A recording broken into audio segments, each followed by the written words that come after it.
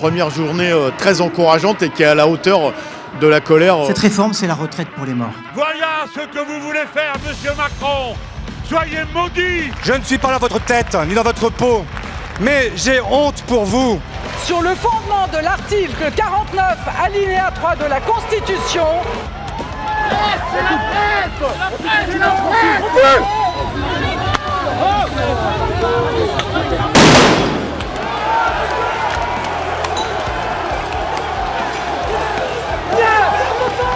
un jeune homme de 17 ans a été tué. C'est un terrible drame.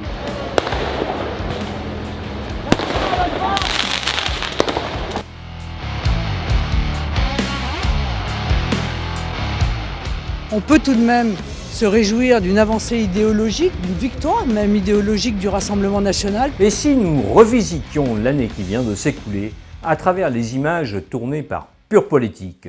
C'est ce que je vous propose dans cette édition spéciale du Bourbon de Serge. «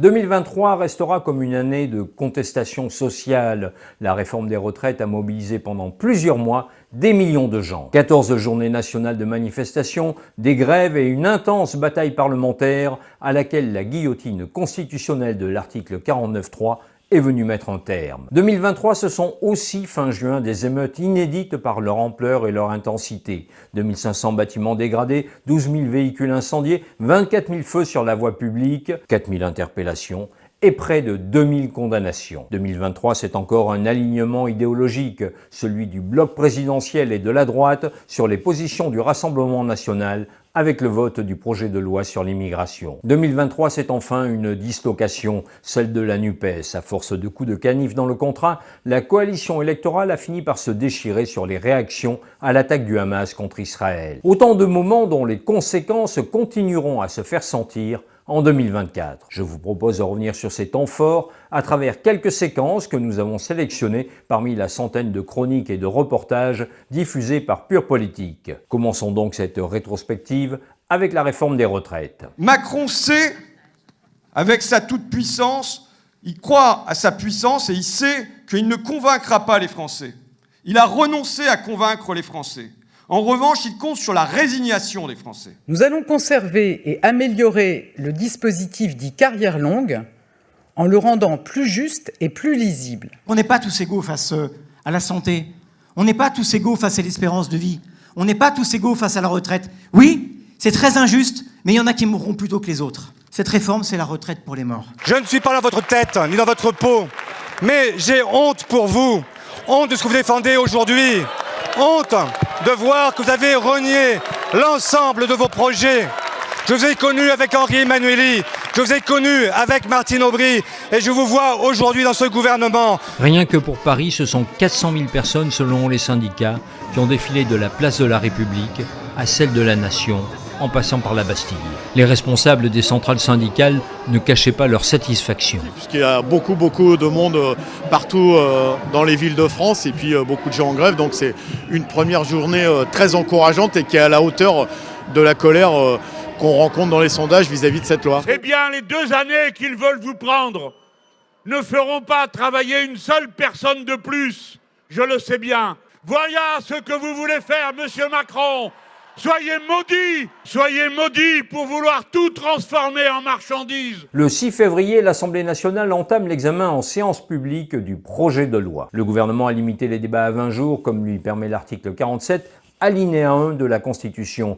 Décidément, on n'en finit jamais de découvrir les pièges de ce texte. Il y a maintenant un temps politique qui s'ouvre à l'Assemblée, et il faut le respecter. Et donc moi, je souhaite que le gouvernement, avec les parlementaires à l'Assemblée nationale puis au Sénat puissent travailler le texte et l'aménager. Et en parallèle de ça, il y a ce que prévoit notre Constitution, la possibilité de manifester. Et je crois que là, maintenant, il faut pouvoir avancer. Ils étaient encore plus nombreux que le 19 janvier. Même le ministère de l'Intérieur le reconnaît en créditant le mouvement d'1 272 000 participants au niveau national. Les syndicats, pour leur part, avancent le chiffre de 2 800 000 manifestants dans tout le pays. À Paris, dans le carré de tête de la manifestation, les responsables syndicaux appelaient le gouvernement à revenir à la raison. On a des cortèges qui sont plus nombreux partout en France avec une diversité géographique, une diversité professionnelle, des gens qui se mobilisent, qui habituellement ne le faisaient pas. Il y a un refus net, clair, précis du monde du travail des 64 ans. Je crois qu'il faut que Mme Borne comprenne qu'elle a perdu la bataille de l'opinion publique sur le fond de sa réforme, et là elle veut jouer, droit dans ses bottes, la carte de la résignation et de la fatalité. La NUPES a déposé plus de 20 000 amendements. Mais au fil des débats, les divisions au sein de LR laissent entrevoir la possibilité qu'une majorité de députés se prononce contre l'article 7 du projet de loi. C'est celui qui porte l'âge de départ en retraite à 64 ans. Déjà, l'article 2 a été repoussé. Majorité 230 pour, 203 contre, 256. L'Assemblée nationale n'a pas adopté. Socialistes, écologistes et communistes retirent leurs amendements afin que le vote sur l'article 7 puisse intervenir avant la fin du temps imparti pour l'examen du projet de loi. Mais Jean-Luc Mélenchon s'y refuse. Il redoute un effet déceptif sur les manifestations si l'article venait malgré tout à être adopté. C'est à cet instant que s'enclenche le processus qui va conduire à l'éclatement de la NUPES quelques mois plus tard. Et c'est vrai qu'il y a un différent stratégique, tactique plutôt, sur la conduite des opérations, parce que nous voulions aller à l'article 7 et mettre face à leurs responsabilités l'ensemble des élus de ce Parlement. Pourquoi ? Parce que nous voyons qu'il y a en réalité beaucoup de divisions dans le groupe Horizon, dans le groupe des Républicains, dans le groupe Renaissance lui-même. Il y a un désaccord stratégique sur le fait ou pas d'aller à l'article 7. Et du moment où le mot d'ordre dans les manifs, c'est non aux 64 ans qu'on a les syndicats, pour nous, cet article 7, c'était mettre un gouvernement fébrile et fragile face à ses responsabilités. Le lendemain, l'Assemblée achève ses travaux sans avoir pu examiner l'article 7, tandis qu'une bouffée délirante s'empare d'Olivier Dussopt. Vous m'avez insulté 15 jours, vous chantez, mais vous m'avez insulté, personne n'a craqué, personne n'a craqué. Le 28 février, le Sénat examine à son tour le texte. Patiemment, l'opposition de gauche démonte le projet de loi. Monsieur Retailleau, si j'étais facétieux, si vous avez lu Le Parisien ce matin, et son titre, je sais donc maintenant que vous ne voterez pas cette réforme puisqu'elle est de gauche. Ça nous avait un peu échappé. En fait, c'est pas des retraites qu'on parle, c'est du marché. C'est de l'injonction permanente qui est faite par les cabinets conseils anglo-saxons dont le gouvernement raffole, par les instituts libéraux, qui nous dit on a besoin des fonds de pension en France. Et la question qu'il faut qu'on se pose, c'est est-ce qu'on veut donner aux fonds spéculatifs l'argent que les salariés consacrent aujourd'hui par répartition à leur retraite de demain? Et alors, je vais même le dire plus loin, est-ce que c'est l'intérêt des salariés que leur rémunération abonde les fonds spéculatifs? Le climat dans les manifestations se détériore. La dispersion du défilé du 7 mars est marquée par de sérieux incidents, comme la manifestation qui suit le 11 mars. Le gouvernement joue désormais la carte du pourrissement de la contestation.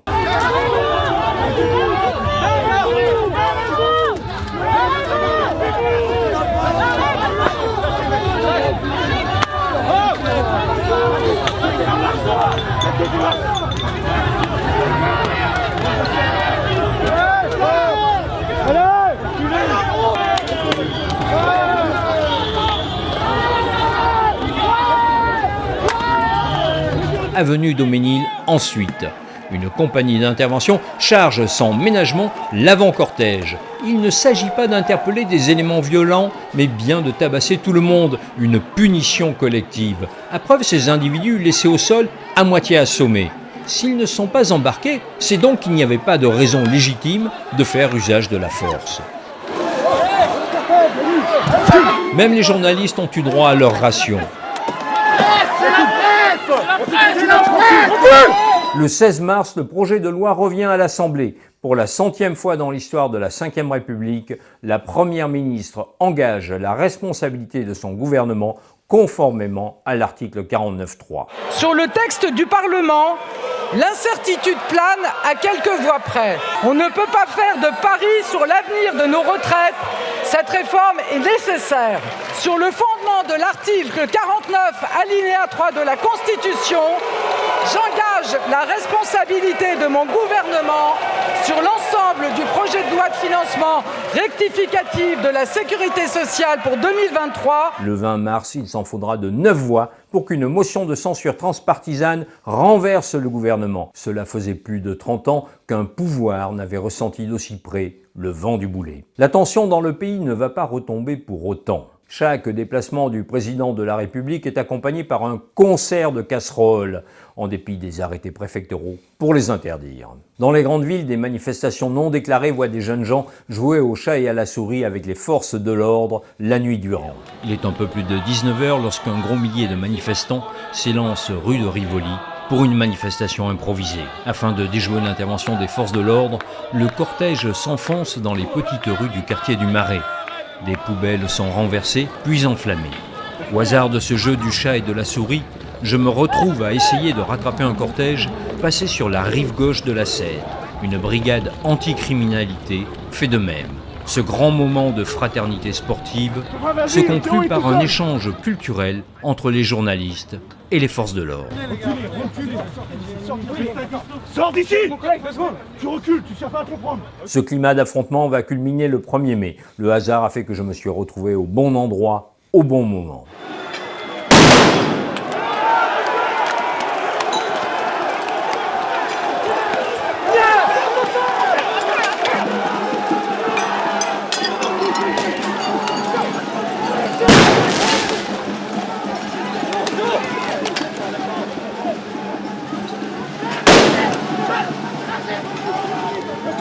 À la fin du mois de juin, alors qu'une partie de la France prépare ses vacances, un policier motocycliste ouvre le feu sur un jeune homme de 17 ans, Naël, lors d'un contrôle routier à Nanterre. La scène a été filmée. Les images sont accablantes pour le policier. Du 27 juin au 5 juillet, la France va connaître des émeutes d'une ampleur jamais vue.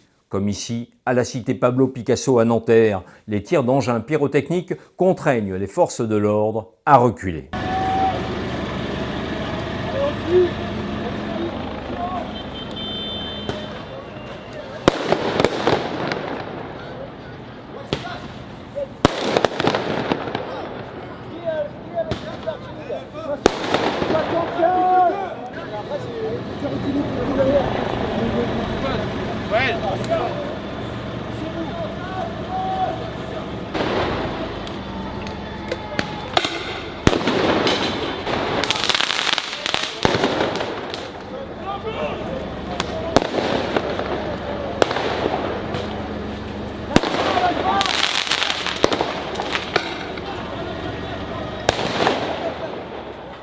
Le gouvernement fait le dos rond. Le geste du policier est indéfendable. Un jeune homme de 17 ans a été tué.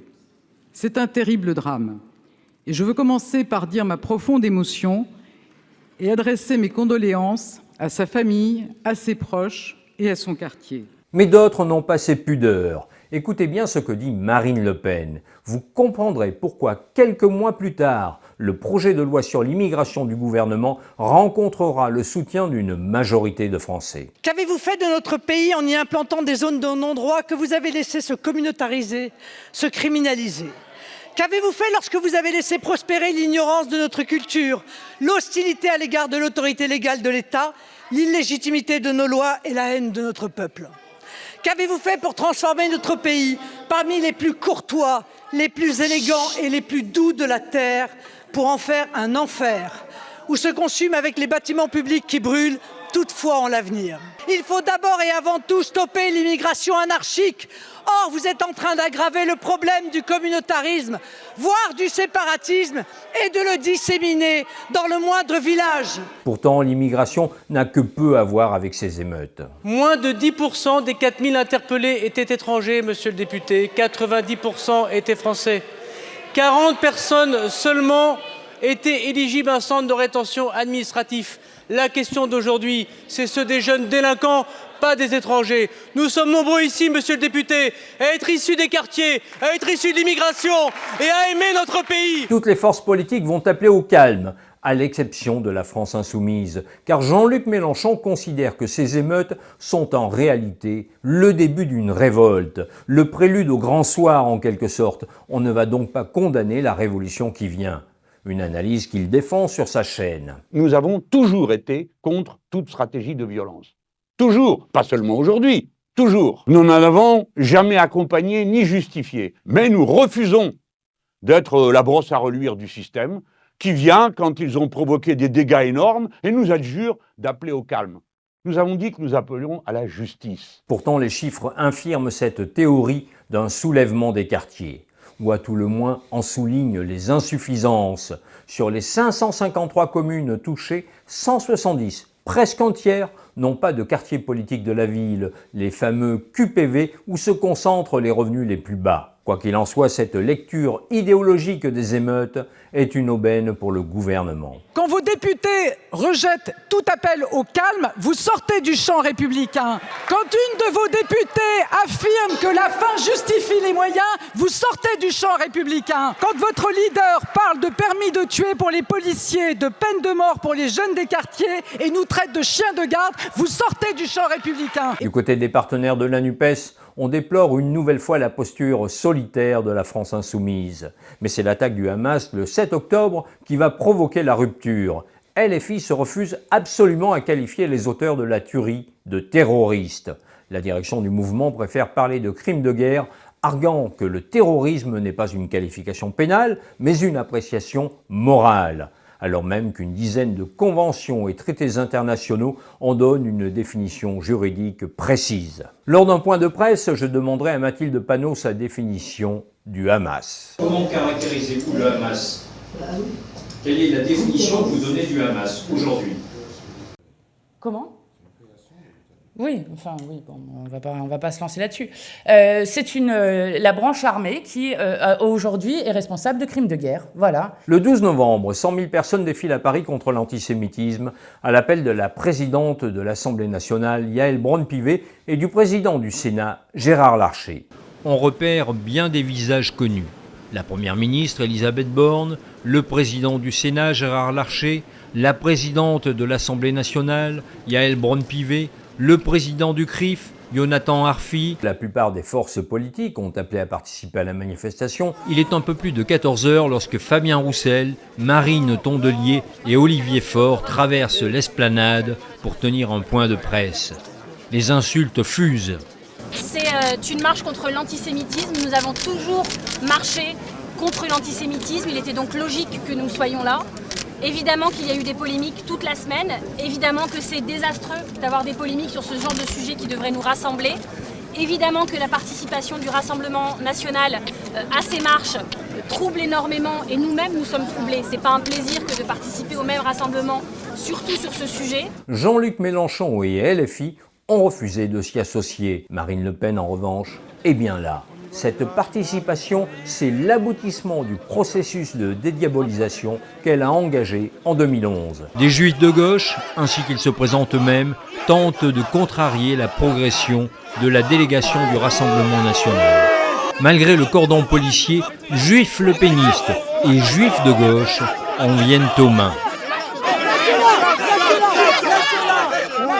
Ainsi lavé à bon compte de tout antisémitisme par une partie de la classe politique, le Rassemblement national devient fréquentable. Sans cet événement, davantage de députés du bloc présidentiel auraient sans doute refusé de voter un mois plus tard un texte de loi qui emprunte largement au programme du Rassemblement national, ce que n'a pas manqué de claironner sa présidente. On peut tout de même se réjouir d'une avancée idéologique, d'une victoire même idéologique du Rassemblement national, puisque est inscrit maintenant dans cette loi la priorité nationale, c'est-à-dire l'avantage donné aux Français par rapport aux étrangers présents sur notre territoire dans l'accès à un certain nombre de prestations. Je ne vois pas comment demain les élus de la majorité, et le président de la République en tête, pourra venir nous reprocher de défendre la priorité nationale, puisque eh bien, ils intègrent l'idée qu'elle peut être appliquée. Ce vote marque une rupture dans le positionnement du macronisme. Il se voulait à l'origine le point de rencontre de la gauche et de la droite. Il s'inscrit désormais dans une union des droites qui n'ose pas encore s'affirmer comme telle. Car rappelons-le, si le RN avait voté contre le projet de loi sur l'immigration, ainsi qu'il en avait exprimé l'intention, le texte n'aurait jamais été adopté. Toutes les contorsions n'y changeront rien. Merci d'avoir regardé cette rétrospective. Si vous l'avez appréciée, partagez-la et mettez un pouce. Pour nous soutenir financièrement, je vous donne rendez-vous sur DonorBox. Vos dons constituent l'essentiel de nos ressources. Un grand merci à tous ceux qui nous accompagnent déjà. Pour tous les autres, je rappelle que vous pouvez récupérer 66% de vos dons sur votre imposition. C'est valable jusqu'au 12e coup de minuit, comme le carrosse de Cendrillon. Ce serait dommage de s'en priver, hein ? Maxime Hector, l'éditeur de Pure Politique, que vous avez pu apercevoir lors de notre dernière foire aux questions, me reproche souvent de dresser un tableau sombre du jeu politique et d'être parfois déprimant. Je lui réponds toujours par cette formule commode, j'en conviens, empruntée à Antonio Gramsci. Je suis pessimiste avec l'intelligence, mais optimiste par la volonté. Et c'est vrai qu'il ne tient qu'à nous de faire que la République reste la République. Puisse l'année 2024 le démontrer. C'est ce que je nous souhaite à tous. Passez un très bon réveillon. On se retrouve le 4 janvier.